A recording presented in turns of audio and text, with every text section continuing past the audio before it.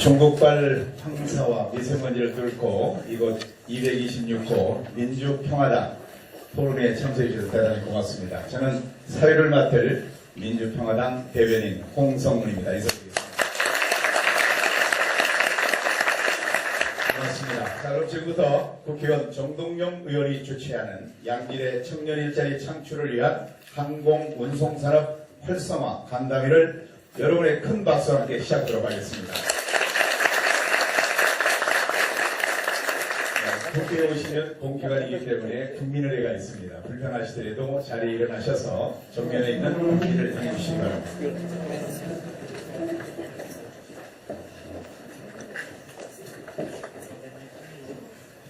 자, 국회에 대하여 경례.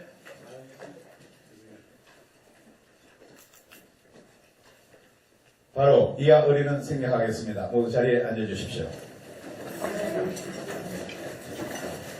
주요 참석자 소개가 있습니다. 주요 참석자는 저희 당 대표이신 정동영 의원님께서 해주시겠습니다. 예. 주요 참석자는 이 자리에 오신 우리 항공조종과, 항공운항과, 항공대학, 또 항공 관련 학과 학생 여러분입니다. 우리 모두를 위해 박수.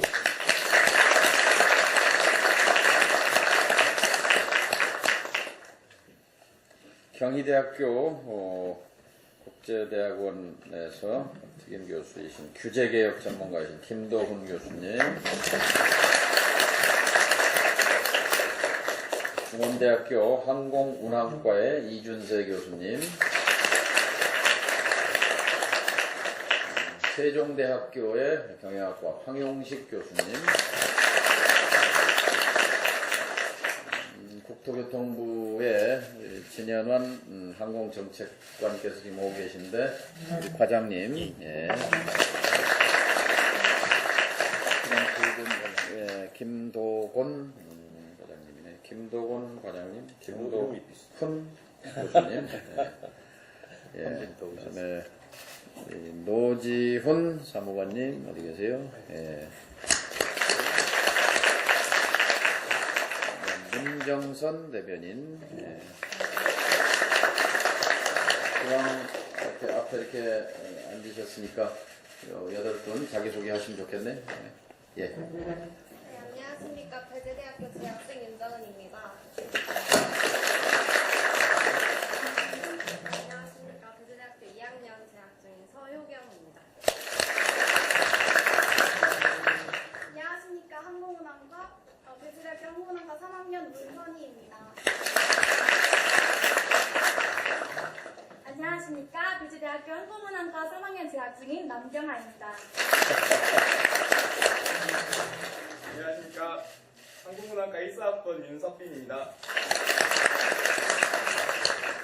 안녕하십니까. 배재대학교 3학년 재학 중인 김예은입니다. 안녕하십니까. 청주대학교 항공운항학과 3학년 재학 중인 권동일입니다. 안녕하십니까.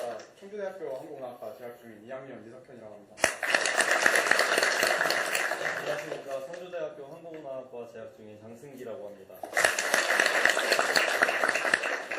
역시 나중에 항공기에서 만나 뵙게 될 분이라 그런지 다 자기소개도 아주 또렷하게 잘 하십니다.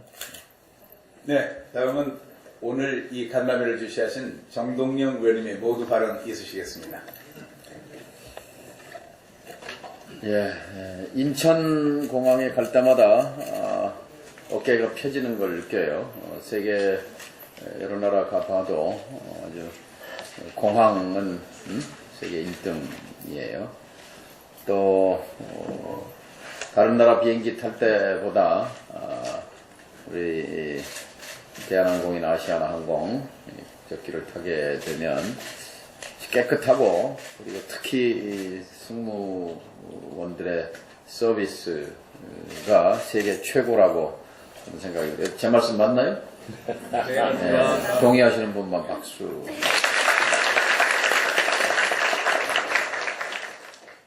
앞으로 항공기를 이용하는 국민 또 승객은 점점 더 늘어나게 될 것이고 우리 청년 세대의 가장 큰 관심사는 일자리, 그 중에서도 좋은 일자리. 그런데 이 항공산업에 종사하는 일자리는 다 괜찮은 일자리 또는 좋은 일자리입니다. 바로 그래서 청년들의 일자리 문제와 최근 지금 국가적 현안이 되고 있는 저비용 항공사 LCC의 추가 면허 문제와 관련해서 지난 국정감사 때도 이게 주요 이슈 중에 하나로 등장했고 규제 부서인 이 국토교통부가 소비자 입장에서 또 청년 일자리 차원에서 좀 더 적극적으로 LCC 면허 문제에 대해서 재검토, 제고할 것을 촉구하는 그런 의원들의 목소리가 이어졌습니다. 그에 대해서 국토부 장관 또는 관계자들의 긍정적인 그런 답변도 있었고 해서 사실 추가로 LCC 항공사가 또 탄생하게 될 거라는 기대도 있습니다. 아마 이 자리에 계신 분들은 다 항공사가 늘어나는 걸 찬성하는 분들이죠. 네. 반대하는 분 손 한번 들어보세요. 찬성하는 분만 박수 그러면. 이 분야야말로 경쟁을 통한 서비스의 개선, 양질화 그리고 항공산업의 발전을 담보한다고 생각합니다. 오늘 전문가분들 모시고 또 특히 청주대학, 배재대학, 또 중원대학 손 한번 들어보시죠. 교수님만 오셨어요. 교수님이 청주대학하고 중원대학에서 배재대학에서 주로 오셨군요. 지금 미래의 항공사의 주인공들이 함께 하신 것 아주 환영하고 축하합니다. 감사합니다. 오늘 간담회를 바로 시작을 하도록 하겠습니다. 간담회를 시작하기에 앞서서 오늘은 간담회 진행을 위해 몇 가지 당부와 양해 말씀 드리겠습니다. 오늘 간담회는 항공 분야 양질의 일자리 창출 방안을 마련하기 위한 간담회입니다. 그런 의미에서 오늘 이 간담회에 참석하신 청년 대학생분들이 주체이고 주인공이라고 할 수 있습니다. 오늘 간담회는 청년 대학생들의 목소리와 의견을 존중한다는 의미에서 청년 대학생들에게 발언의 기회를 가장 우선적으로 드리고자 합니다. 먼저 기조 발언이 있겠습니다. 항공 분야 전문가로 참석하신 세 분 교수님의 기조 발언을 듣도록 하겠습니다. 교수님들에게는 각 8분씩 시간을 드리도록 하겠습니다. 먼저 김도훈 교수님부터 발언 있겠습니다. 네, 반갑습니다. 회의를 시작하기 전에 제가 이런 농담을 했어요. 이 자리는 저희 전문가라고 온 사람들이 대단히 불리한 자리다. 이 대한민국에서 제일 목소리가 좋으시고 논리적으로 말씀하시는 당대표님 옆에 있고 대변인님 목소리도 좋고 해서 제가 기가 많이 죽었어요. 저는 어디 세미나에 가면 기가 죽는 사람이 아닌데 제가 일부러 좀 분위기를 이렇게 부드럽게 하기 위해서 서두를 그렇게 꺼냈습니다. 저는 항공운송산업 전문가, 책에는 그렇게 딱 적혀 있어서 좀 부담스러워요. 저는 항공운송산업은 이런 자리에서 이렇게 한 번씩 들여다보는 그런 사람이고요. 제가 절 소개해놨듯이 한국규제학회 회장을 맡았었습니다. 실은 뭐 좀 숨겨진 커리어입니다만 제가 평생을 산업연구원이라는 곳에서 일을 했고요. 마지막은 한 3년 전에 산업연구원 원장을 3년간 하고 이렇게 지금 경희대학교 국제대학원에서 강의를 하고 있습니다. 그래서 어떤 산업이든지 지금 제목이 항공운송산업 활성화를 위해서는 어떤 제도를 개선하자는 자리 아니겠습니까? 그런 제도를 개선 혹은 규제 개혁을 해야 된다라는 얘기를 할 때 어느 나라든 그리고 우리나라의 전례의 케이스든 간에 세 가지 이유를 주로 들었던 것 같아요. 첫 번째는 선진국에서 우리보다 앞서 있던 선진국에서 이런 좋은 사례가 있느냐 하는 게 주로 많이 예를 들었던 것 같고요. 두 번째는 그 제도 개선을 하고 규제 개혁을 했을 때 기대되는 경제적 효과가 크냐 안 크냐 이런 분석을 하고 그런 이유를 많이 대고 합니다. 세 번째는 특히 새로운 산업, 새로운 지평을 열 수 있느냐 없느냐를 가지고들 많이들 얘기를 하죠. 저는 이 항공운송 산업이 지금 처해 있는 상황이 이 세 가지 이유가 다 동원될 수 있다라는 생각이 들어요. 첫 번째로 항공운송 산업의 규제를 지금 우리나라만큼 타이트하게 운영하고 있는 케이스가 없는 것 같아요. 특히 우리가 항상 그 벤치마킹을 하는 그런 미국의 사례를 보면 이미 한 몇 년인가요? 40년 전에 1978년에 항공 산업 규제 완화를 하기 위한 소위 Airline Deregulation Act라는 걸 통과시킨 이후로 대단히 많은 변화를 일으켰습니다. 그 이전의 항공 운수 산업과 그 이후의 항공 운수 산업은 아마 내용이 완전히 달라진 그런 항공 운수 산업이 된 것 같아요. 예를 들자면 대표적으로 항공 운수 산업을 얘기할 때 허브 앤 스파이크라는 어느 한 곳으로 많이 모였다가 그 다음에 곳곳으로 흩어져 가는 그런 라인을 만드는 개념도 이때 이렇게 규제 완화가 되면서 시작이 되었고요. 그리고 항공산업의 어떤 이 산업 재편도 굉장히 빠르게 이루어졌습니다. 과거에 아마 미국 영화를 보면 팬엄이라는 그 항공사가 대단히 미국을 대표하는 항공사처럼 보였습니다만 지금은 그 이름이 사라졌습니다. 오히려 저가 항공사로 이름을 올렸던 사우스웨스트라든지 제트블루라든지 이런 회사들의 약진이 굉장히 눈에 띄고요. 말하자면 산업의 재편이 굉장히 빠르게 일어났다라는 측면에서 우리나라가 이렇게 오랫동안 그냥 이 체제로 유지하고 있다는 것이 과연 맞는 것인가 하는 생각을 해볼 수 있을 것 같고요. 두 번째로는 경제적 효과로는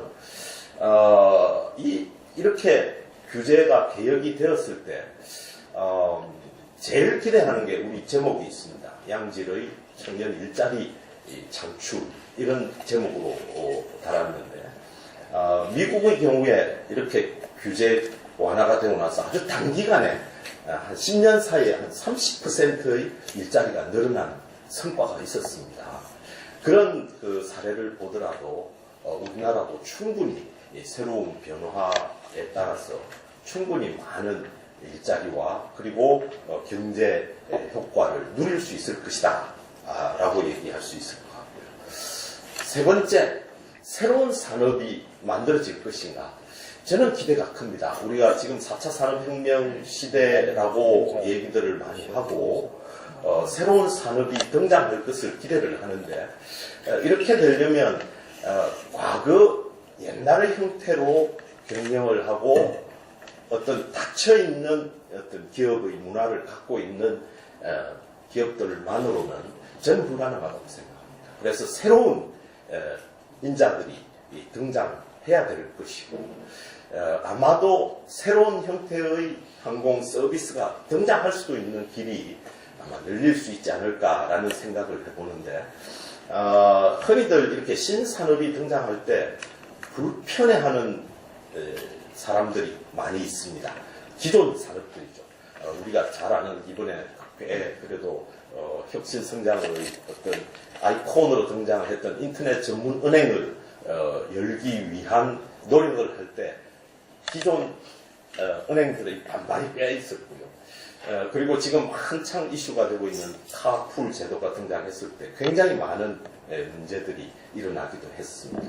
근데 대부분 이럴 경우에는 기존 산업들이 대체로 약자들이에요. 사회적으로 좀 약한 택시 드라이버들을 좀 보호하기 위한 그런 노력이 필요하다는 얘기를 할 수가 있는 거죠. 저는 이 경우에는 이 항공운송 산업의 규제 개혁을 준비하는 이 단계에서는 과연 기존 산업들이 어떤 사회적 약자로서 보호받아야 되느냐? 그렇지는 않은 것 같습니다.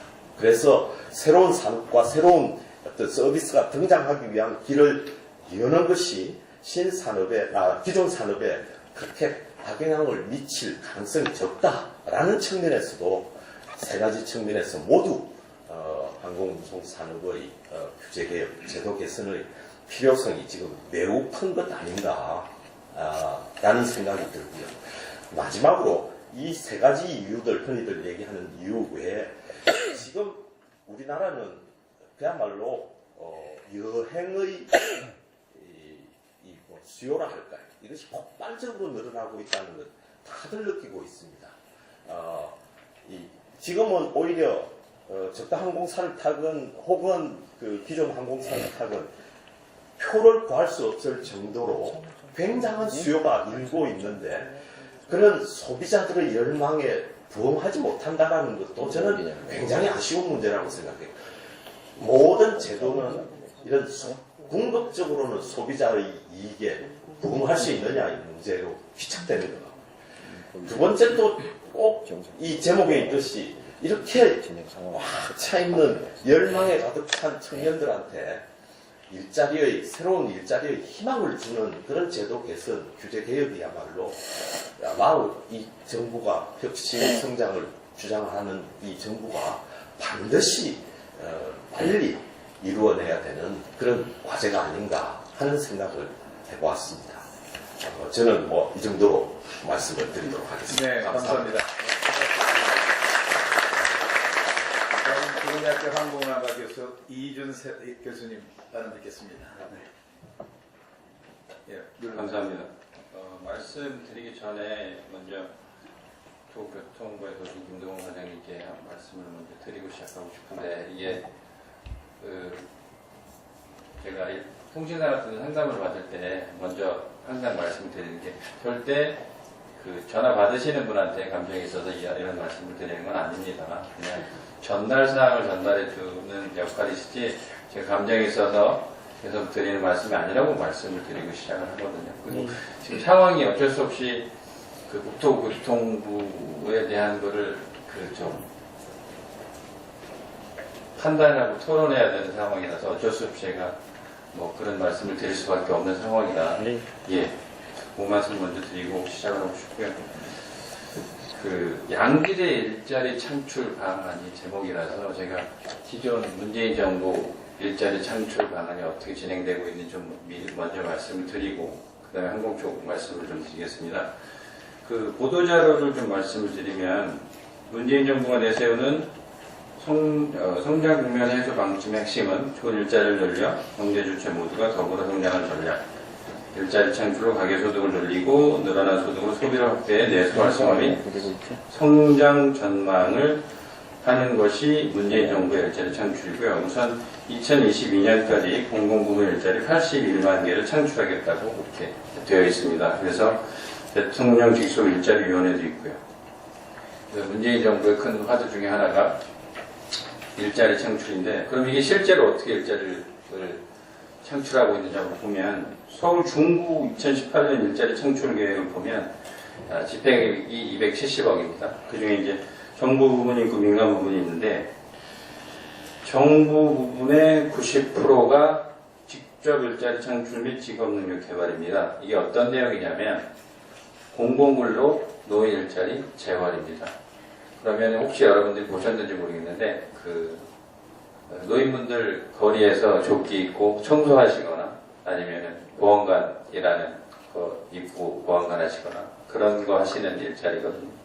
근데 이상하게 제 눈에는 열심히 안 하시고 다 쉬시는 분만 자꾸 보여서 좀 안타깝긴 하지만 어쨌든 지금 이런 일자리들이 대부분입니다.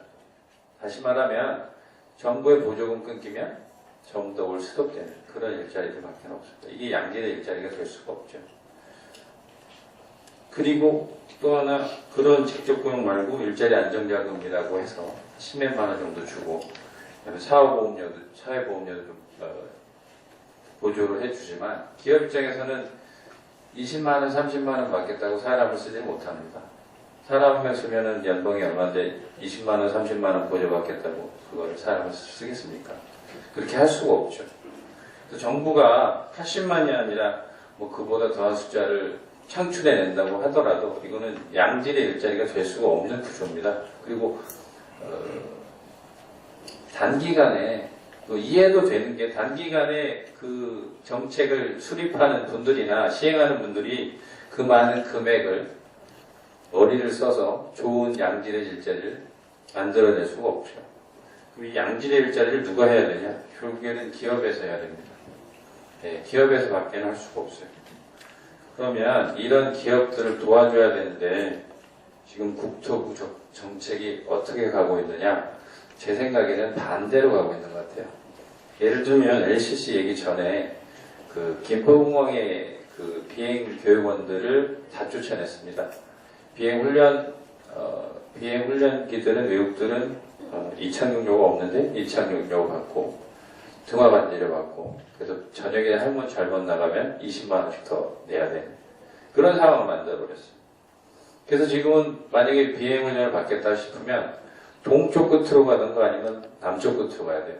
서울에 있는 김포공항의 접근성이 제일 좋은데 그렇게 할 수가 없습니다. 2016년에 외국에서 면접을 따서 국내로 변하는 사람이 444명입니다. 아마 제 생각에 2017년에 500명이 넘었을 것 같은데 보통 조종사 한 명 외국에서 나가서 면접 갔다 오려면 1억 5천 정도 듭니다. 500명이면 750억입니다. 이 750억이라는 돈이 국내에서 소비되고 국내에서 양질의 일자리를 만들 수도 있는 비용인데 이게 전부 외국으로 나가고 있습니다. 지금 상황은 더 안 좋아지고 있어요. 그 국내에서 비행 훈련을 받는 게 계속 어려워지고 있습니다. 광주공항 지금 무안으로 옮겨가고 있죠. 그 무안에서 지금 훈련 받고 있는 학교들 대부분 학교들 어떻게 해야 되나요? 대책 없습니다.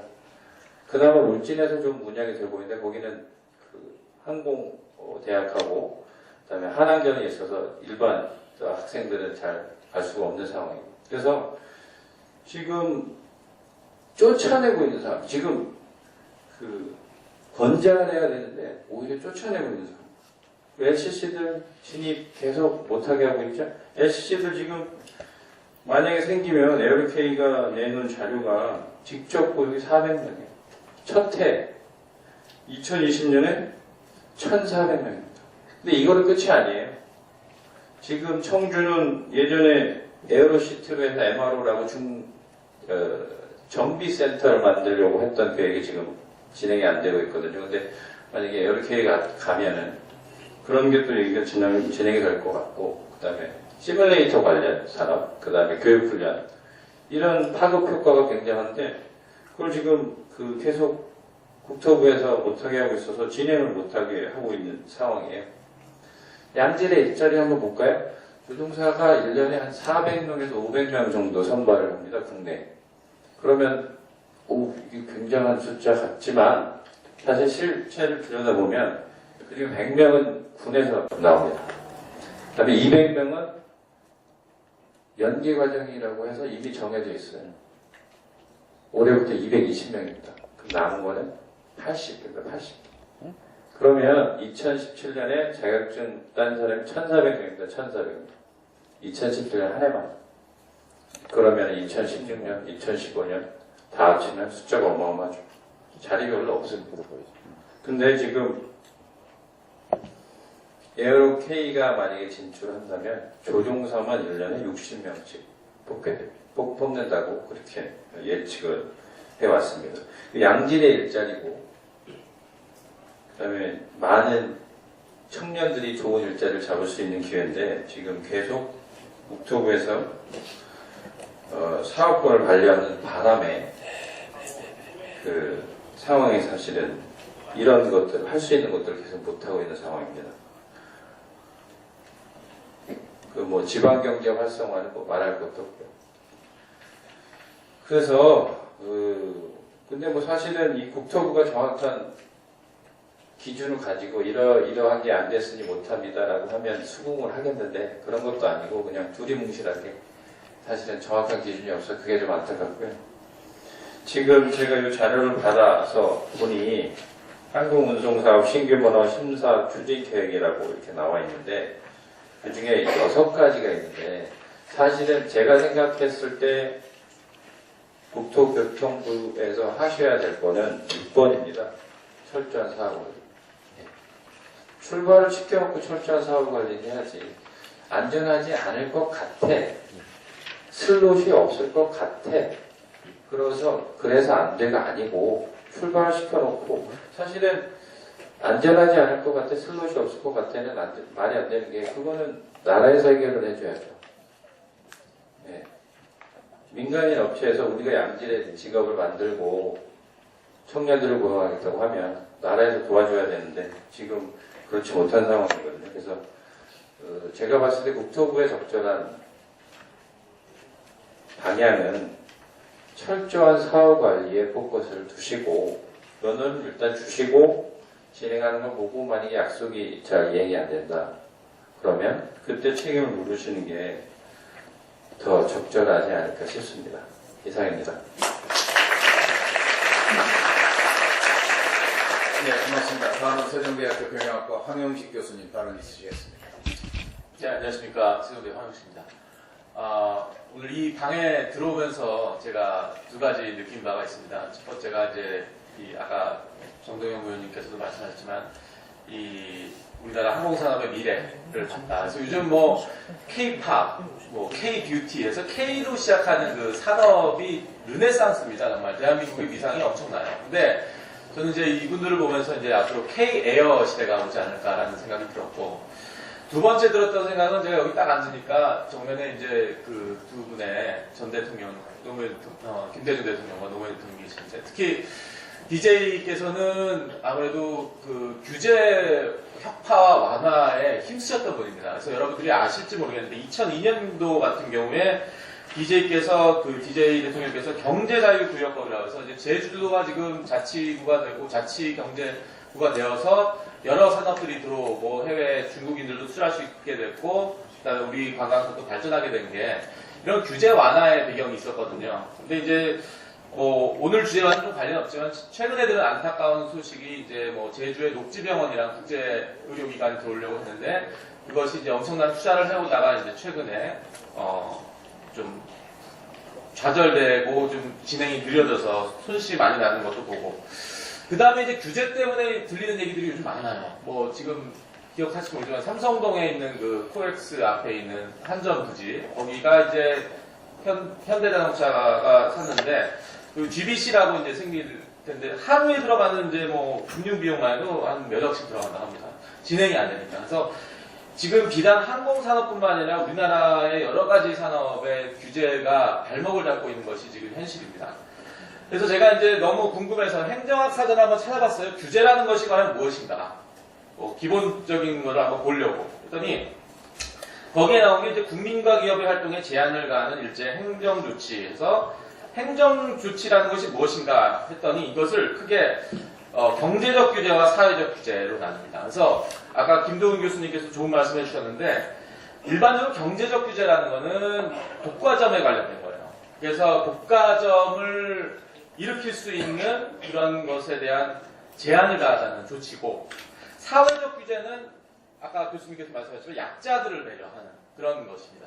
그래서 지금 항공법, 운송병법, 면허 이 과정을 보면은 과연 이것이 약자를 위한 사회적 규제인가는 아니라고 저는 봐요. 이것은 어떻게 보면은 독점의 유발될 수 있는 그런 상황이다. 그래서 저는 오늘 주제가 이제 일자리고 청년인데 지금 솔직히 말씀드리면 이게 지금 면허 신청을 하는 몇 개 기업들이 있어요. 한 4개 기업이 지금 신생항공사가 신청을 했고 기다리고 있습니다. 근데 제가 원하는 거는 이러한 그 면허 신청 과정을 통해서 탈락의 결정이 되는 그것을 떠나서 현재 지금 문재인 정부의 키워드가 뭡니까? 공정, 상생해요. 2018년 키워드예요. 경제 키워드가. 그 얘기는 뭐냐? 공정한 절차를 통해서 이것이 통과가 돼야 돼요. 뭐 떨어지는 데가 있든 붙는 데가 있든 그것이 아니라 그동안에 보여졌던 국토부에서 보였던 심사 과정은 너무 모호했습니다. 죄송한 표현이지만 저도 통신원 뭐 미리 말씀드리는 것처럼 말씀드리고 싶은데 제 감정이 있어서가 아니에요. 객관적으로 봤을 때 이 과정이 모호했던 것이다. 저도 이제 교수라서 경영학과 교수다 보니까 이제 외부에 심사를 다니고 또 여러 일을 하고 있는데 그 심사 과정에 대한 어떤 결과라든지 그걸 자세히 써야 돼요. 정부기관 같은 데서는 그걸 요하기 때문에 그걸 자세히 안 써주면 답을 부르질 않습니다. 왜 내가 이거에 대한 이렇게 심사했는가에 대해서 상세하게 기입을 해야 되는데 지난번에 있었던 그 내용을 보니까 제가 너무 그 자료조사를 해봤어요. 그랬더니 뭐 부대 의견이든 뭐든 여러 가지 면허를 왜 주지 못했는가에 대한 얘기들을 보니까 제가 너무 놀랐던 것 중에 하나 제가 그대로 좀 읽어보겠습니다. 뭐 시장 규모와 항공 인프라에 맞는 적정 항공사 수에 대한 추가 검토가 필요하고 안전 확보 등을 위한 면허 기준 및 운항 증명제도 개선, 슬롯 제도 개선, 면허 발급 심사 전의 제도 개선, 그 다음에 뭐 이런 제도 개선에 대한 얘기를 하는 거예요. 그럼 지금 이거를 사업권을 달라고 심사를 해야 되는데 그 문제가 있다는 것에 대해서 어느 정도 구체적으로 무엇이 문제 있는가에 대한 얘기를 해야 되는데 제도 개선을 얘기하는 것이 너무 모호한 어떤 심사 결과에 대한 내용이었다는 것이죠. 그리고 그거 외에도 이제 뭐 면허 검토 기간에 대한 뭐 비공개 토론회를 많이 열었습니다. 이런 저희가 이제 오픈 포럼이 아닌 비공개 포럼을 통해서 관계자들이 나왔는데 관계자들이 실제로 지금 현 진출되어 있는 뭐 대한항공이든 아시아나 관계자들이 나왔어요. 그들 앞에서 사업 설명회를 해야 돼요. 경영학에서 얘기하는 IR이라고 하죠. 인베스터 릴레이션십 하는데 물론 뭐 안 하는 뭐 할 수도 있습니다. 할 수도 있는데 심사 면허권에 대한 가장 중요한 얘기를 하는 데 있어서 경쟁사가 보는 앞에서 이렇게 한다는 것은 쉬운 일은 아니다. 그리고 지금 신청이 이제 들어갔어요. 4개 업체가 들어갔는데 지금 기간이 실제로 한 뭐 내년 상반기 1, 4분기 때 이게 이제 결정이 난다고 합니다. 근데 과거의 사례로 봤을 때는 거의 한 달 안에 신규 면허가 나왔어요. 에어부산도 그랬고 그 다음에 다른 LCC도 그랬고 그래서 실제로 25일 정도로 항공사업법 시행규칙에 명시되어 있는데 좀 질질 끄는 그런 게 아닌가라는 그런 생각도 좀 해봅니다. 그래서 조속한 결정을 좀 해주셨으면 좋겠다는 생각이 듭니다. 그래서 미국의 이제 FAA 같은 경우 항공사 면허를 줄 때 문서를 어떻게 하느냐 쇼케이스 오더라고 해가지고 무려 50페이지 이상으로 써요. 반려 사유에 대해서. 그러면은 반려 사유가 구체적이고 뭔가 명확해서 납득을 해야지 다음에 또 준비를 하고 그것을 신청을 하고 이런 또 포럼 같은 걸 열 필요가 없는 거예요. 저희가 솔직히 이 포럼 여는 거는 공정성을 가지는 절차를 갖자라는 차원에서 하는 거기 때문에 그런 것들이 어떻게 보면은 참 소모전이 아닐까. 그리고 이제 여러분들이 또 많이 들으셨던 이해상충, 이해충돌당, conflict of interest라는 말 들으셨죠. 그래서 이 관계자가 아니면 이 의사결정에 뭔가 결정적인 역할을 할 수 있는 분인데 그것이 이해관계자일 때 이제 참여하지 않는 것 그런 것들인데 실제로 지금 사업면허위원회가 30명 이상으로 구성되게끔 요청되어 있습니다. 근데 여기에 뭐 관련 전문가와 이해관계인 뭐 이런 것들에 있어서 이런 분들이 누구인가에 대해서 한번 고민을 해보세요. 그래서 이분들이 뭐 지금 현재 진출되어 있는 칼이나 아시아나 쪽 관계자분들이 들어와서 어떤 의견을 줄 수 있을까는 우리가 뻔히 아는 거 아니겠습니까? 그래서 이런 것들에 대한 고민을 좀 해봐야 된다는 생각이 들고 그 다음에 이제 이 시행규칙 개정이 됐어요. 최근에 개정이 됐는데 이곳에 이제 여러 가지 좀 문제시될 수 있는 것들이 뭐냐면 신규 항공사가 진행하기에는 조금 어려운 부분들이 많이 있습니다. 조금이 아니죠. 아주 많이. 예를 들자면 자본 잠식이 됐을 때 중요한 부분입니다. 이거는. 근데 이게 저도 경영학을 전공하지만 1년 동안에 이것을 시정을 해가지고 바꾼다는 건 쉬운 건 아니에요. 그래서 그것을 좀 기간을 연장하는 부분도 좀 제가 요청을 드리고 싶은 부분도 있고 그 다음에 여기 많은 운항 승무원이라든지 파일럿들, 예비 파일럿들이 나와 계시는데 이분들에 대한 인력 확보 계획이라든지 그런 것들은 뭐 당연히 뭐 명시될 수 있지만은 이것이 어떻게 보면 지금 모호하잖아요. 아직 사업 신청을 한 상황에서 확실하지도 않고. 근데 이것이 어떤 반려 사유가 돼서 뭐 적절하지 않다라든지 적절치 않다라든지 뭔가 정성적인 평가 들어간 부분 많이 좀 배제했으면 좋겠어요. 정량적으로 해서 객관적으로 반려가 되든 인허가를 주든 그거에 대해서 뭔가 명확한 기준이 필요하다. 그 외에 뭐 운수권 확보 가능성, 수요 확보 가능성 이런 것들에 대한 소위 말하는 매트릭, 그 메저먼트가 정확해서 좀 잡음이 없게끔 공정한 심사 평가가 있어서 현 정부의 어떤 키워드 공정 상생과 맞는 그리고 저는 제가 늘 꿈꾸는 게 있습니다. 기업하기 좋은 나라가 됐으면 좋겠어요. 예. 이 나라가 기업가들이 이분들이 정말 어떻게 보면 창업의 의지, 그다음 일자리 창출하고 다 모두 같은 생각이거든요. 근데 이분들이 좀 잘 플레이그라운드에서 잘 뛸 수 있게끔 제도를 잘 마련해 주셨으면 하는 바람으로 여기까지 마무리하겠습니다. 감사합니다. 네, 감사합니다. 여기까지 기조 발언 세 분 교수님이 계셨는데요. 국토부에서 나오신 우리 김도원 과장님의 약간의 답변 좀 들으시고, 그 다음에 지금 진현환 국토부 항공정치관계에서 좀 늦으신데 지금 거의 다 도착된 걸로 알고 있습니다. 그래서 바로 이렇게 자리를 바꾸면서 자연스럽게 또 대화하겠습니다. 네, 국토교통항공 산업과장 김도훈입니다. 저희가 먼저 대표님께 감사 말씀드리겠습니다. 이런 어떤 전문가님도 마찬가지고 이런 의견을 많이 듣는 자리를 저희는 많이 가지려고 합니다.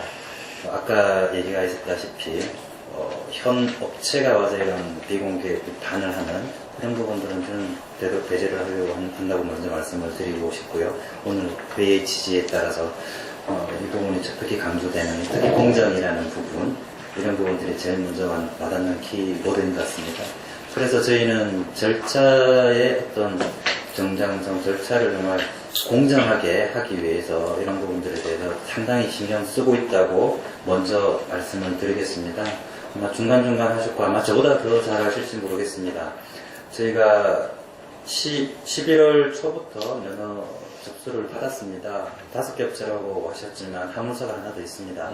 예, 그래서 토탈 강원 플라이 강원 에어케어 에어프레미어 그리고 에어플립 지금 에어플립은 소형항공사로 취항 중에 있는데 정식 면허를 국제 국내 면허를 반환으로 하고 있는 거고요. 그리고 화물사로 가디언즈까지 이제 들어와서 저희가 심사를 진행을 하고 있다고 이제 말씀을 드리고 특히 공정성과 관련해가지고 물론 뭐 6번째 사후적인 부분만 좀 챙기라고 교수님께서 말씀하신 부분도 있지만 물론 그런 부분은 당연한 부분이지만 저희가 이제 항공산업이 그만큼 또 대규모의 어떤 산업이 시작되다 보니까 어떤 건실한 업체를 좀 필요하는 부분이 좀 있는 부분이 있습니다. 그래서 그런 어떤 재무성이라든지 특히 안전은 아무리 강조해도 지나치지 않을 겁니다. 그런 부분들은 저희가 좀 충분히 챙길 부분이 있어서 저희가 10월 초일 겁니다. 10월 초에 저희 항공 면허 기준을 발표를 했는데 그걸 발표한 바가 아마 처음일 겁니다. 그만큼 저희는 공정성을 좀 확보하고 정말 그런 부분들을 챙기기 위해서 저희가 사전에 면허를 준비하는 업체한테 이런 기준에 따라 안법에서 따라가시고 오십시오. 그런 부분들을 저희가 진행했다고 말씀을 드리고요. 그리고 아마 면허 심사 기간 25일 부분 나왔는데 현실적으로 25일은 너무 좀 부족한 것 같습니다. 저희가 작년 면허 심사할 때 좀 많이 걸렸습니다. 그전에는 한 60일, 워킹데이가 60일까지 걸리고 조금 더 걸린 것도 덜 걸린 것도 있고 한데 그 당시에는 한 개 업체씩 이렇게 들어온 부분도 있고 현재는 이미 좀 업체가 있는 상황에서 좀 심사가 되는 부분도 있고요. 그리고 이제 4개, 5개 업체가 들어오다 보니까 이걸 택시 면허가 한 60일 정도 이런 수준이 되거든요. 비교할 바는 아니지만 철도 면허 같은 경우는 90일 정도 수준을 갖고 있습니다. 그래서 저희가 워킹데이가 한 90일 정도 아마 1, 4분기 깨일 겁니다. 그때까지는 저희 기준에 따라서 도로업체에 대해서 충실하게 심사를 할 예정이라고 말씀드리고요. 그리고 아마 그 시뮬레이터나 이 부분은 제가 소관이 아니라고 제가 제 함정과 쪽에 얘기해서 그런 부분들이 좀 문제 있는지 한번 좀 살펴보도록 하도록 하겠습니다. 이 정도면 아마 답변 저희 하고 있는 부분이 얘기가 된 것 같고요. 저희 국장님께서 오셔가지고 학생들 얘기하고 뭐 추가 얘기는 국장님께서 하시도록 하겠습니다. 네, 고맙습니다. 아주 꼼꼼히 잘 설명해 주셨습니다. 지금 국토교통부의 진현한 항공정책관께서 오셨습니다. 큰 박수로 환영해 주십시오.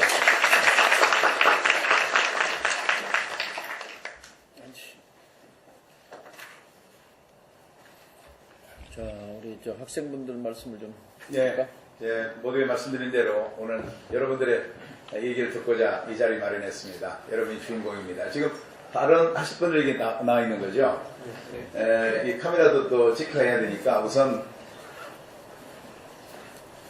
제가 지적을 하면 자기 이름하고 소속을 좀 밝히고 그 다음에 발언해 주시기 바랍니다. 마이크를 좀 당겨서 하단 부분을 누르면 불이 들어옵니다. 자, 잠깐만요. 우리 진현한 국토교통 정치관께서는 발언하신 제안 내용을 좀 메모하셔서 이따 좀 잘 답변해 주십시오. 네, 시작하겠습니다. 네, 안녕하십니까. 저는 청주대학교 항공운항과에 재학 중인 장승기라고 합니다. 우선 이렇게 자리를 마련해 주셔서 정말 감사드린다는 말씀 먼저 드리면서 질의드리겠습니다. 지난 11월 14일에 국토교통부에서 항공산업 제도 개선 방안을 발표했는데요. 항공산업 도약을 위한 대책이라는 주제였고 또 공정성을 강조하였지만 저희가 볼 때는 자료에서 기존 항공사와 신규 항공사에 대한 규제만 강화했을 뿐이라고 저희는 판단을 했고요. 또 대통령께서는 일자리 창출이라는 정책을 강조하셨는데 과연 국토교통부의 이런 강화된 규제가 과연 청년 일자리 창출에 도움이 된다고 생각을 하시는지 혹시 또 항공산업의 청년 일자리 정책과 관련돼서 따로 정책을 준비 중이신지 궁금합니다. 이상입니다. 네, 지금 하나하나씩 들으면 시간이 너무 걸립니다. 저희가 주어진 시간이 4시 반까지이기 때문에 우리 남학생 하나 있고 여학생 하나 있고 이런 식으로 해서 하고 종합적으로 메모해서 답변하는 걸로 이렇게 하도록 진행하겠습니다. 네. 다음 또 질문하시고. 마이크 올리고, 네. 편안하게 하세요. 네, 여러분의 자리입니다. 마이크 당기고, 마이크 좀 올려서, 거기 밑에 보면 하단에 불이 들어옵니다. 발언해 주십시오. 네, 안녕하십니까. 저는 대제대학교 항공운항과 2학년 재학 중인 서효경이라고 합니다. 전라권에는 이스타, 그리고 경상권에는 에어 부산, 명확히 드러나는 지역별 상징 항공사들인데요. 제가 조사한 바에 따르면 충청권에 항공 관련 학과가 가장 많은 것으로 알고 있습니다. 제가 재학 중인 배재대학교도 그렇고 여기 나와 계시는 청주대학교도 다 충청권에 위치하고 있는데 충청권에 위치한 많은 항공 관련 학생들이 일자리 창출 해결 방안이 바로 에어로케이나 다른 많은 항공사, 신규 항공사들이 면허를 취득해서 할 수 있다면 경제적인 부분뿐만 아니라 또 지역 관광 산업에도 긍정적인 영향을 미칠 수 있을 것 같은데 저희 대한민국 중심부에 위치한 청주국제공항의 지리적 접근성을 활용해서 우리나라 관광 산업에 큰 효과를 불러일으킬 수 있을 거라고 생각합니다. 그래서 혹시 면허 취득하는 그 과정에서 많은 특혜는 아니고 우선 개천권을 네. 고려해달라. 네. 그런 고려, 말씀드리고 네. 싶습니다. 감사합니다. 네, 고맙습니다. 그 다음 또 발표자. 제가 예. 소속과 이름. 좀 땡기면 됩니다. 빠졌습니다. 안녕하십니까. 청주대학교 3학년 재학 중인 권동일이라고 합니다. 우선 저희 학생이 가장 몸으로 느끼고 생각하는 바를 먼저 말씀을 드리고 싶습니다. 대부분의 학생들은 학교에 재학 중일 때 큰 두 가지 고민이 있습니다. 하나는 학점이고 나머지 하나는 돈입니다. 그래서 오늘 말씀을 여기서 드리고 싶은 부분은 돈에 대해서 말씀을 드리고 싶습니다. 얼마 전에 저희가 비행을 열심히 하고 있는데 저희 비행교육원에 한 가지 공문이 날아왔습니다. 그 내용은 다름 아니라 9월 1일부로 그동안 면제해온 교육용 항공기에 면제해온 공항시설 사용료를 다시금 부과한다는 것입니다. 저는 의문이 들었던 것이 그동안 공항공사는 징수규정 제7조에 따라서 대학이나 아니면 교육용 항공기에 공항시설 사용료를 전부 다 면제를 해오고 있었는데 왜 갑자기 입장을 바꿔서 교육용 항공기에도 이러한 사용료를 받기 시작하는 것인지 좀 의문이 들었습니다. 그리고 공항시설 사용료 부과 기준에도 의문이 드는 것이 현재 공항공사에서는 50톤짜리 항공기와 저희가 사용하고 있는 1톤짜리 항공기의 착륙료를 동일하게 징수하고 있습니다. 그런데 아이카오 문서 9082번 제50항에서 52항까지 말하고 있는 것은 착륙료를 비행 횟수가 아닌 독립적인 중량을 고려하여서 부과하도록 권고하고 있습니다. 그런데 왜 우리나라는 아이카오 체약국이면서도 이러한 아이카오의 권고를 반영하지 않은 것인지도 궁금하고, 그리고 비행장 조명은 항행안전시설에 속한다고 알고 있는데 항행안전시설 사용료와 별개로 조명료를 부과하시는지도 궁금하여서 이렇게 질문을 준비해봤습니다. 감사합니다. 네, 고맙습니다. 다음 또 우리 네. 안녕하십니까. 배재대학교 항공운항과 재학 중인 남경아입니다. 요즘 들어 관광문화와 관광산업이 활성화돼 가는데 그에 비해 제가 재학 중인 충청권을 예로 들자면 충청권 지역 발전이 더디고 그로 인해 청년 취업난이 심각하다고 생각합니다. 충청권 대학에는 많은 항공 관련 학과들이 있지만 그에 비해 항공업계 일자리는 많이 부족하다고 생각합니다. 그래서 충청권의 우수한 인재들이 수도권 지역으로 일자리 부족으로 인해 수도권 지역으로 취업을 많이 나가는데 이는 충청권의 우수한 인재들이 지역 발전과 지역 경제에 이바지할 수 있음에도 불구하고 원치 않게 이거 지역에서도 학생 입장에서도 놓치게 되는 일이라고 생각합니다. 그래서 지역공항이 활성화되고 거점의 항공사가 설립되어 그에 따른 정책이 뒤따른다면 지역 공동화는 물론 학생들에게도 취업의 기회가 확대되고 또 그뿐만이 아니라 능력 개발에도 많은 도움이 될 것이라고 생각합니다. 그 부분에 대해서는 어떻게 생각하시는지 궁금합니다. 네, 고맙습니다. 박수. 네, 안녕하십니까. 청주대학교 2학년 재학 중인 이석현이라고 합니다. 제가 말씀드리고 싶은 거는 이제 국토부에서 그 약간 비행 시간이 아예 없는 제로 타임인 사람들 대상으로 이제 비행 낭인이라고 해서 이제 연장을 받아도 취업하지 못하는 사람들을 약간 방지하기 위한 그 선선발 제도라고 그런 걸 새로 그 발표해가지고 진행하고 있는 걸로 알고 있습니다. 근데 이제 이게 보도 자료도 보면은 이게 어떤 항공사 관계자는 선선발이라고 국토부에서 이제 하라고 하니까 추진을 하지만 이 할당된 인원을 다 뽑을 수 없다고 말을 하는 것처럼 이제 그 인원이 뽑으라고 해서 다 뽑는 것도 아닌데 그렇게 시켜서 하는 거다 이런 식으로 말씀하시는 분도 있습니다. 근데 이제 아까 그 중원대학교 교수님이 말씀하신 것처럼 뭐 해외 나가서 하는 분들이 되게 많고 아마 이 선선발 제도도 어떤 과정들은 미국에 가서 비행을 하고 다시 돌아오는 약간 이런 제도로 제가 알고 있습니다. 근데 어떻게 보면 더 전문적인 인력이라고 할 수 있는 이 국내에 많은 운항학과 학생들이 있는데 그 학생들이 졸업하고 다시 비행 낭인이 되고 그런 데는 그런 좀 아이러니한 상황이 될 수 있어서 혹시 국토부에서는 그런 일반인들 대상이 아닌 계속 생겨나고 계속 공부하고 있는 그런 운항학과 학생들을 대상으로 하는 제도가 있는지 없는지 그런 생각하고 있는 것이 있는지 궁금합니다. 네, 그렇습니다. 네.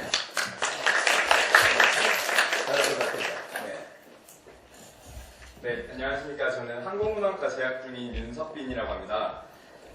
먼저 저는 지금 대전 춘천 지역에서 지금까지 평생 살면서 그 대전 춘천 지역의 청년 입장에서 말씀드리겠습니다. 제 입학 동기들이 현직 승무원으로 취업해서 이제 나가기로 했는데 그 과정에서 제 동기들을 봤을 때 그 다른 항공사의 지역 연구 제도를 우선시하는 그런 제도들 때문에 지역 연구를 친척집으로 옮기거나 해서 면접을 보러 다니는 동기들도 있었습니다.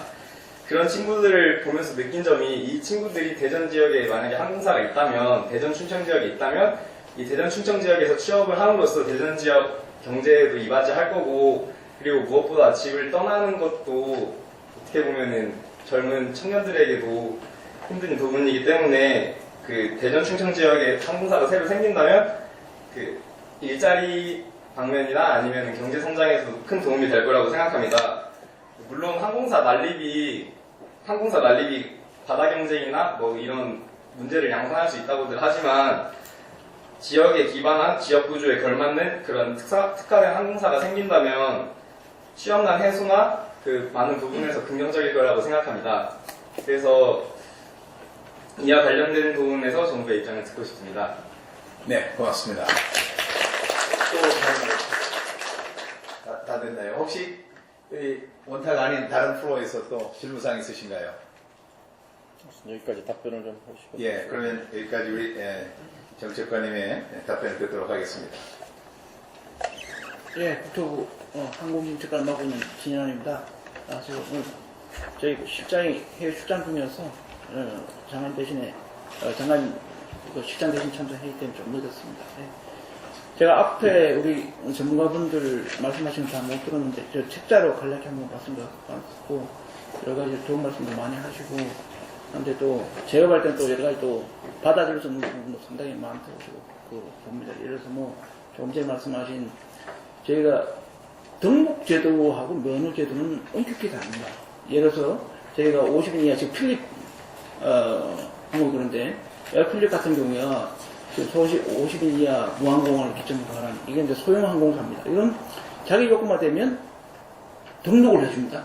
그런데 이거는 요건만 맞으면 그 주관적인 판단을 안 하고 요건에 맞으면 다음에 항공이 됐어 이렇게 되면 등록을 해주는 구조고 그다음에 이제 소위 말하는 이제 중대형 그 50인 이상의 국제 국내 운송을 하는 그 항공사에 대한 면허 발급은 그런 기본 조건 플러스 그게 얼마만큼 사업 계획이 타당성이 없는지 그리고 재무적인 문제가 없는지 그리고 나중에 이게 실제 저희가 면허를 발급을 했을 때 나중에 어떤 과거에 우리가 한성항공 구조 사태가 있었지만은 건실하게 들어와서 이 소위 말하는 우리나라 항공산업의 체질 개선하고 발전시킬 수 있는지 이런 거 같이 보는 거예요. 그래서 예를 들어서 아무리 저희가 무작정 항공사를 내겠다 해가지고 거기에 1년, 2년 만에 다 파산하게 되면 당장은 취업을 했다 하더라도 또 그런 문제가 있습니다. 그래서 얼마든지 건실한 항공사들이 세워들어와서 우리나라 항공산업의 체질 개선에 도움이 된다면 그거는 당연히 받아들인다고 생각합니다. 다만 거기에 대한 심사는 엄격하게 하고 철저히 하고 객관적으로 하고 제가 전번에 저번에 면허 그 심사 추진 계획을 발표할 때도 그런 얘기를 했습니다. 저희가 일단 타임테이블을 제시를 했고 늦어도 내년 상반기, 1, 4분기 3월 말까지는 면허에 대한 면허를 줄지 말지에 대해서 최종적으로 발표를 하겠다. 그런 걸 타임테이블을 이야기를 했고 거기에 따라서 저희가 내부적인 TF라든지 또 전문기관의 어떤 사업의 적절성에 대한 검토 그리고 회계사 법률 전문가들에 대한 별도의 또 자문단을 꾸려서 지금 본격적으로 하고 있고 매주 한 번 또 실장 주제로 한 번씩 계속 점검회의를 하고 있습니다. 그래서 그런 부분은 저희가 투명하게 좀 말씀을 드리고 그 다음에 이제 오늘 이렇게 온타에 계신 분들이 말씀하신 게 제가 11월 달 발언 항공사 제도 개선 방안이 기존 신규 항공사에 대한 규제 강화를 오히려 청년 일자리 창출을 역행하지 않는다고 말씀하는데 저는 절대 그렇지 않다고 봅니다. 지금 우리나라 어떻게 보면 사람들이 그 이야기를 해요. 항공산업은 굉장히 양질의 일자리를 창출하는 산업의 이야기를 해요. 근데 저는 사실 국토교통에 있었지만 제가 이 항공 분야, 특히 항공 분야는 처음으로 일을 해요. 제가 공무 27년째입니다만 원래 취업도 처음으로 해요. 근데 와서 보니까 저도 그런 줄 알았는데 가장 정반대적인 형태의 경영 상태가 있어요. 왜 그러냐? 항공은 달라요. 저도 좀 있으면 또 중국하고 항공 회담을 하러 가지만 국가 간의 외교 활동을 통해서 회담을 통해서 얻어진 운수권, 공급 운수권을 그거를 특정 항공사에 배분해 주는 겁니다. 그리고 공항에 제한된 공항에 거기에 떠보낼 수 있는 슬롯을 배분해 주는 거예요. 그러면 상당히 거기에 대한 공공이 따라야 되는데 너무 지금까지는 공급자 중심으로 항공인들이 이러고 왔어요. 그러니까 이번에 모습병, 에어 부산 사태도 봐서 철저하게 그 탑승이나 소비자 입장이 안 돼요. 과거의 정권대적인 경영 행태가 고치지 않는 한 우리 항공산업은 더 들어가죠. 그래서 저는 이번 계속적으로 강조를 하지만 일정 부분 체질 개선, 그리고 경영의 투명성, 그리고 전문가가 운영하는 그런 항공사가 돼야지 진짜 우리도 리딩 컴퍼니가 된다고 저는 자신하거든요. 그래서 그런 부분은 그렇게 좀 봐주셨으면 좋겠다는 생각이 들고요. 그 다음 이제 그 지역에 오늘 충청권에서 많이 오신 것 같은데, 저는 도지사님도 여러 분 만났고, 또 지역 의원님들도 제가, 찾아뵙고 말씀을 드리는데, 이거는 어느 특정 지역에 있는 항공사 후보로에 대해서 면허를 발급하겠다고 할 수가 없어요. 객관적 심사를 해서 거기에 조금 전에 말씀드린 대로 기본 요건을 충족하면 동시에 이게 제대로 된 사업 계획인지 그리고 제대로 된 재무 능력을 갖추고 있는지, 예를 들어서 자본금을 떴다고 했는데 그 자본금이 실제로 일시적으로 자본금이 돼가지고 그게 사모펀드나 아니면 해외에서 그 투자펀드가 들어와가지고 일시적으로 들어와서 빼먹고 나가는 경우도 많거든요. 여기 보면. 그래서 여러 가지 그리고 사업 계획이 과연 적절한지도 봐야 되고, 그래서 그런 부분이 적절하다면 얼마든지 좋겠다는 생각이 들고요. 그 다음에 그래서 그런 부분을 좀 지역 거점 항공사 설립 말씀을 많이 하셨어요. 그래서 그런 부분을 저도 이제 많이 이야기를 들었고, 충청도뿐만 아니라 또 플라이 강원도처럼 강원도 지역도 그런 이야기를 계속 이야기를 하고 있습니다. 그래서 그런 부분은 하여튼 공정하게 심사를 할 수밖에 없다는 말씀을 드리고, 그 다음에 지금 공항공사가 그동안 안 받던 교육용 항공에 대해서 공항 시설 사용료를 다시 부과한다는 말씀 하셨는데, 이건 제가 처음 듣는 얘기예요. 제가 이제 담당 업무도 하지만 한번 우리 체크를 해서 우리 사회로 우리 권동현 학생이 이야기했죠. 네, 제가 우리 대리님을 통해서 전화도 해서 한번 확인해서 제가 뭐가 문제고 어떤 게 문제인지 한번 해서 답변을 다시 드리도록 하고요. 그 다음에 이제 저희가 이제 지금 이렇게 항공사가 추가로 계속 늘게 되면 가장 문제적인 게 우리 산업과장 잠깐 이야기를 하는 것 같은데 안전 확보 문제입니다. 최근에 지금 우리가 기존의 항공사들을 안전 특별 점검을 하고 있어요. 저희가 계속 지난 여름부터 해가지고 항공사들이 계속 작은 기체 고장 결함에 따라서 계속 해양을 하고 그리고 출발이 늦어지고 그래서 그런 부분이 있었습니다. 그래서 그런 숙련된 정비사가 얼마든지 확보되는지 이런 게 상당히 중요한 거고요. 그래서 또 하나는 가장 핵심적인 인력이 어떻게 보면 조종 인력이에요. 그래서 조종 인력 확보 차원에서 이제 저희가 이 기존 이런 항공 관련된 학과 외에 이제 선발해서 후교육하는 시스템을 갖추고 있는데 그걸 이제 병행하는 거고 인력 확보를 차원에서 병행하는 거고 그거를 기존에 있는 그 항공 관련 학과에 있는 학생들의 어떤 불이익이 받는지 그런 부분은 없다는 말씀을 좀 드리고 싶습니다. 나머지 부분은 전체적으로 이제 새로운 항공사가 하기를 원하는 그런 열망을 다 이해했고 있어요. 근데 제가 원래 와서 항공사들 하고 전체 지상 조업사 등 항공 분야에서 저희가 좋은 일자리 해서 취업 박람회를 했었어요. 9월달에 인천공항에서 했었고 지금도 이제 인천공항의 취업지원센터에서 각 분야별로 조종사라든지 정비, 다음에 승무 이런 다양한 12명의 멘토가 거기에서 이제 개별적으로 이런 학과에 다니시는 분들 아니면 학과 다니지 않지만 이런 항공 분야에 종사에 관심이 있는 일반 대학 학생분들에 대해서 멘토링을 계속 해주고 있고 또 온라인에서 계속적으로 상담을 하고 있습니다. 그래서 제가 오면서 보니까 실제 상담이 벌써 한 1000명이 넘었었고 그래서 상당히 관심이 많은 것 같아요. 관심이 많고 그래서 멘토 하시는 분들도 굉장히 이 분야에 대해 열정을 가시는 분들 그래서 좋은 성과가 계속 이루어지기를 바라고요. 그래서 항공산업은 육성을 하고 그러게다가 양질의 일자리를 창출하되 항공산업에 그대로 있던 과거의 정대적인 경영 행태라든지 잘못된 간섭 그리고 관행 이런 건 반드시 뿌리를 뽑아야 된다는 생각을 저는 가지고 있습니다. 예, 네, 감사합니다. 혹시 큰 박수 주시고요. 답변에 대해서 추가로 질문하실 분 계십니까? 네, 김동훈 교수님. 일전에 우리 진 국장님 다른 토론회에서 말씀하실 때 참 진 국장님 굉장히 솔직한 자세를 보여서 저는 말하자면 우리 국가 공무원에 대한 신뢰감이 느껴져서 참 고맙습니다. 특히 본인이 말씀하시기를 항공 분야에 왔더니 공급자 중심으로 움직이는 것 같더라. 그리고 전근대적인 경영 형태고 굉장히 잘못된 관행이 있더라. 라는 말씀을 하시는 그게 저는 굉장히 고무적이에요. 어떤 변화를 원하시는 국장님이라는 느낌을 가졌고요. 그렇다면 저는 예를 들자면 정말로 저 성미라면 이번에 항공산업 리셔플링을 한다.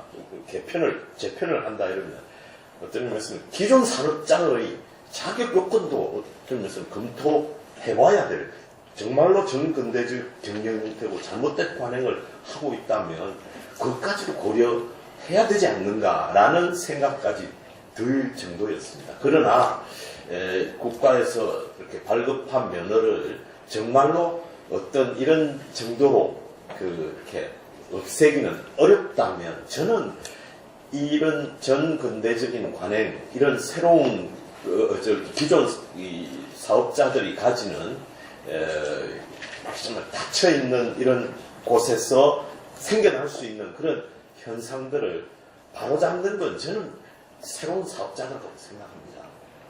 신규 사업자가 굉장히 새로운 방식의 경영 형태를 가져올 수 있고 이런 걸 어떻게 사업도 안 해본 상황에서 아까 정말 우리나라 한국 산업 체질 개선에 기여를 할 수 있는 여부를 과연 어떻게 측정하실지 그 부분에 대해서 제가 참 들으면서 고민이 됐어요. 굉장히 추상적인 표현이라서 저는 그래서 가능하다면 어떤 계량적 요건이 갖춰져 있고 그리고 건전한 자본 형태가 갖춰져 있다면 적극적으로 새로운 사업자를 투입해서 기존 관행, 나쁜 관행들을 고칠 수 있는 그런 환경을 만들어 주실 수 없는가 하는 의문이 확 들었습니다. 네. 이제 말씀을 좀 하시죠. 네. 예, 이제 답변을 좀. 교수님 말씀에 대해서는요, 이렇게 말씀드리겠습니다. 저희가 기존 그 항공사들이 가지고 있는, 국적 항공사들이 가지고 있는 여러 가지 기득권에 대해서, 조금 전에 말한 그 기득권이라는 게 자기들이 열심히 해서 벌어진 게 아니거든요. 그렇죠. 그래서 저희가 이번에 그 운수권도 한 번쯤 여건한 게 아니고, 운수권도 주기적으로 평가를 해서, 여러 가지 서비스라든지 임금이라든지 어떤 항공사는 그런 게 있어요. 제가 이제 연간 52주인데 20주만 뛰면 운수권이 그대로 유지가 되거든요. 그러다 보니까 뭐 블라스보스나 상테스토에서 같이 이렇게 계절적인 요소가 있는데 그런 데는 성수기만 딱 비행을 하는 거예요. 굉장히 비싼, 왜냐면 성수기니까 다 사람들이 가려고 하니까 항공료는 비싸게 받죠. 그런데 우리는 또 젊은 사람들 입장에서는 좀 그걸 가고 싶은데 좀 싼 가게 비수기를 가보고 싶은데 비수기 운영을 안 해요. 그래서 이런 서비스나 운영 문제 이런 게 있으면 제가 주기적으로 평가를 해서 사업계에서 명령하고 사업계에서 명령을 하는 그 운수권을 해소하겠다. 이런 내용도 들어가 있고, 그 다음에 이제 소위 말하는 사업 노선별로 이제 소위 말하는 인기 노선, 빈기 노선 있거든요. 그걸 4등급으로 해서 인기 노선 같은 경우는 20주가 아니고 40주 이상 운영하도록 하겠다는 얘기고요. 그 다음에 여러 가지 전번에 기내식이라든지 또 일부 뭐 갑질 행동 이런 등등 사회적 무리를 일으키는 그런 항공사에 대해서는 2년간 신규 운수권을 아예 배분의 신청을 자기들 못하게 하겠다. 그런 부분이 들어 있습니다. 그래서 있고 나머지 조금 전에 제가 말씀드린 대로 그만큼 새로 신청하는 업체들이 재무적인 건전성이 있고 또 사업 계획이 충분히 적절성 타당성이 있고 그리고 기본 요건을 만족하게 되면 거기에 그 사업체가 들어와서 그 우리 항공산업의 경쟁력을 하고 다음에 경쟁 구조를 만들어서 보다 더 높은 체제 구조를 할 수 있다고 한다면 얼마든지 저희는 환영입니다. 그래서 그런 부분 차원에서 저희가 객관적으로 검증을 하고 심사를 한다는 말씀을 드리겠습니다. 예.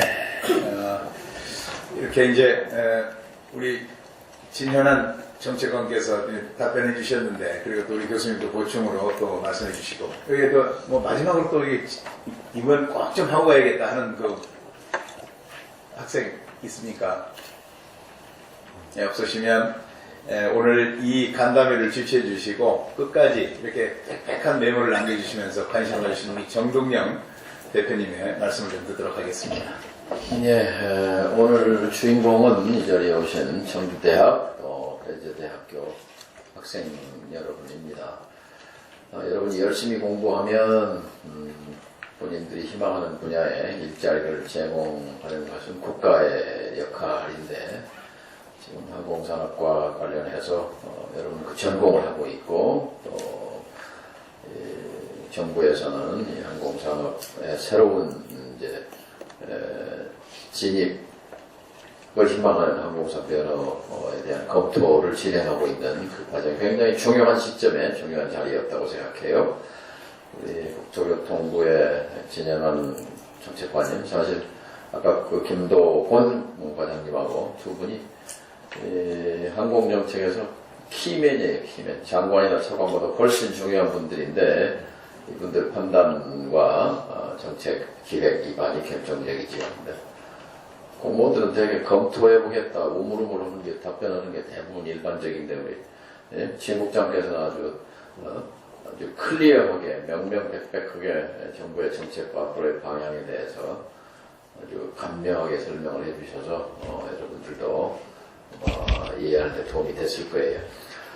크게 봐서 어쨌든 지금 국회에서도 그렇게 요구하고 있고, 또 여러분들도 그렇게 요구하고 있고, 또 지금 문재인 정부 대통령도 어쨌든 가능하면 진입 규제 장벽은 없애서 일자리를 양질의 일자리를 만드는 것을 정책의 초점으로 하고 있기 때문에, 여러분들이 오늘 쓴 시간과 이렇게 많이 오셔서 함께 해준 이 자리는 결코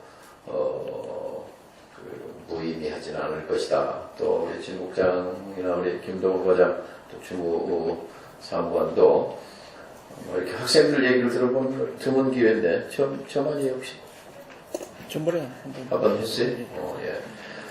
저렇게 또 귀를 넓게 열어놓고 계시니까 더 좋습니다. 하여튼 이 자리에 계신 우리 교수님들도 같은 생각이고, 저도 같은 생각이고, 또 여러분들도 희망하고, 우리 국토부에서도 좀 분명한 정책적인 방향을 가지고 공정하고 또 생산적인 그런 정책 방향을 검토하고 계시기 때문에 좋은 방향으로 길이 열리지 않을까 이렇게 생각합니다. 제 말씀이 맞나요? 네, 맞는 것 같습니다. 네, 동의하시는 분만.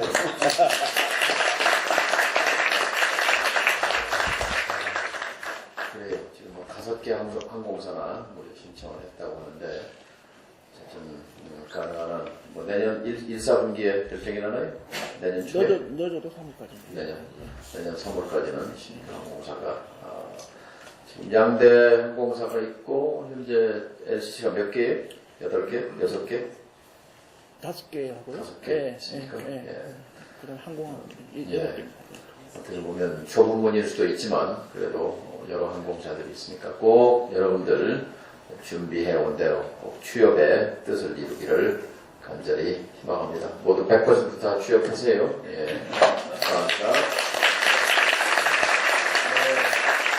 감사합니다. 여러분 오늘 간담회 어떻습니까? 괜찮습니까? 정동영 대표가 이끌어가는 우리 민주평화당은 앞으로도 양질의 일자리 창출을 위해서 계속 노력하겠습니다. 여러분들도 돌아가시면 저희 민주평화당에 관심을 가져주시고, 비록 작지만 강한 정당으로 저희들도 여러분을 위해서 열심히 노력하겠습니다. 큰 박수로 단독히 마치겠습니다. 감사합니다.